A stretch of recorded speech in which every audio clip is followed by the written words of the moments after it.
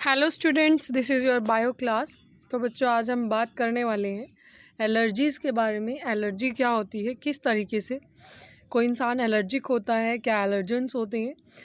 तो बच्चों, उससे पहले हमारा एक छोटा सा कंसेप्ट रहता है ऑटो इम्यून डिजीज़ का, ये हम डिस्कस कर लेते हैं।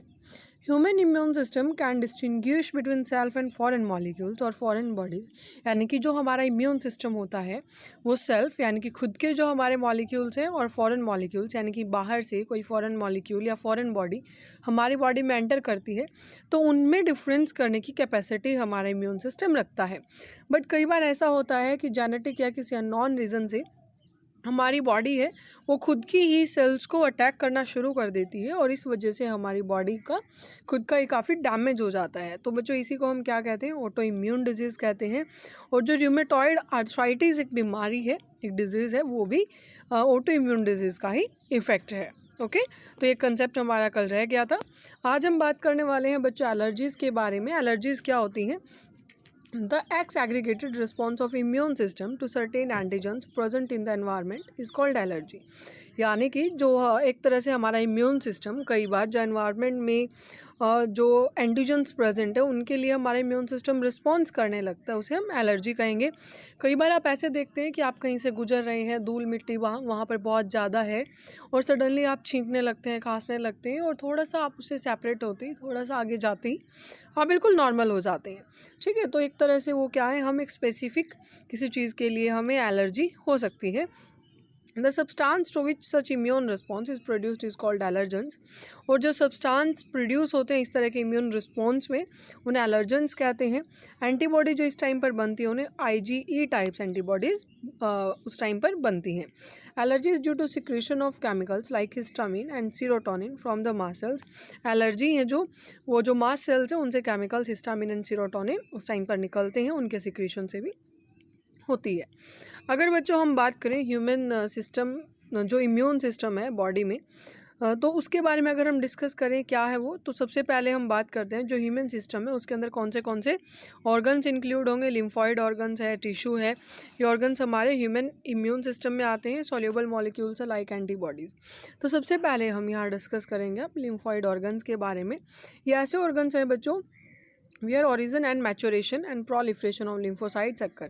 यानी कि जो लिम्फोसाइट्स है उनका हम कह सकते हैं कि टोटली जो काम है वो कहाँ हो रहा है, हमारा लिम्फॉइड ऑर्गन्स के अंदर हो रहा है। प्राइमरी लिम्फॉइड ऑर्गन्स के अंदर बोन मैरो एंड थाइमस आएंगे। यानी कि शुरुआत में जो लिम्फॉइड ऑर्गन्स की फॉर्मेशन होती है हमारी, वो बोन मैरो है, थाइमस है।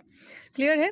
उसके बाद बच्चों जैसे ही जो लिम्फॉइड ऑर्गन्स हैं वो मैच्योर हो जाते हैं, जो लिम्फोसाइट्स हैं मैच्योर हो जाती हैं, वो सेकेंडरी लिम्फॉइड ऑर्गन्स की तरफ माइग्रेट करते हैं लाइक स्प्लीन है, लिम्फ नोड्स है, टॉन्सिल्स हैं, पियर्स पैचेस हैं, स्मॉल इंटेस्टाइन के अपेंडिक्स है। ये सभी क्या है, हमारे सेकेंडरी लिम्फॉइड ऑर्गन्स हैं जो लिम्फोसाइट्स के मैचुरेशन के बाद बनना शुरू होते हैं। ये बच्चों हमें साइट्स प्रोवाइड करते हैं for the interaction of lymphocyte with antigens. यानी कि लिम्फोसाइट एंटीजन के साथ इंटरेक्ट करती हैं, उस टाइम पर ये जो सेकेंडरी लिम्फॉइड ऑर्गन्स हैं ये हमें साइट प्रोवाइड करेंगे। There is lymphoid tissue also located within the lining of respiratory, digestive and urogenital tract called mucosal associated lymphoid tissue. यानी कि लिम्फॉइड टिश्यू ऐसे भी हैं जो हमारे रेस्पिरेटरी सिस्टम में प्रेजेंट है, डाइजेस्टिव सिस्टम में प्रेजेंट है, यूरोजेनाइटल यानी कि हमारा जो रिप्रोडक्टिव ट्रैक है उसमें भी प्रेजेंट है, यूरिन पास आउट करने के लिए जो ट्रैक है उसमें भी प्रेजेंट है। म्यूकोसल एसोसिएटेड लिम्फॉइड टिश्यू इन्हें हम बोलते हैं, माल्ट के नाम से भी इन्हें जाना जाता है। तो आपने ध्यान रखना है इसकी फुल फॉर्म को भी, माल्ट की म्यूकोसल एसोसिएटेड लिम्फॉइड टिश्यू। इसके अंदर बच्चों 50% लिम्फॉइड टिश्यू हमारे अंदर प्रेजेंट होते हैं ह्यूमन बॉडी में। मतलब हम कह सकते हैं कि जो मॉल्ट है ये 50% ह्यूमन बॉडी के लिम्फॉइड टिश्यू को अपने अंदर कंसिस्ट करके रखता है। आगे हम बात करते हैं एड्स की। एड्स की सबसे पहले हमें फुल फॉर्म जाननी है, that is acquired immunodeficiency syndrome.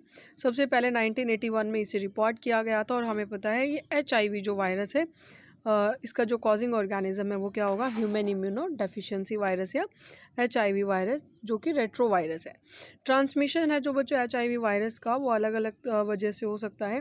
First है sexual contact with infected person, second है transfusion of contaminated blood and blood products, third है sharing infected needles as in intravenous drug abusers, और फोर्थ है बच्चों infected mother to her child through placenta. तो ये सभी वो रीजंस हैं जिनकी वजह से जो HIV वायरस है ट्रांसमिट हो सकता है from one person to another person.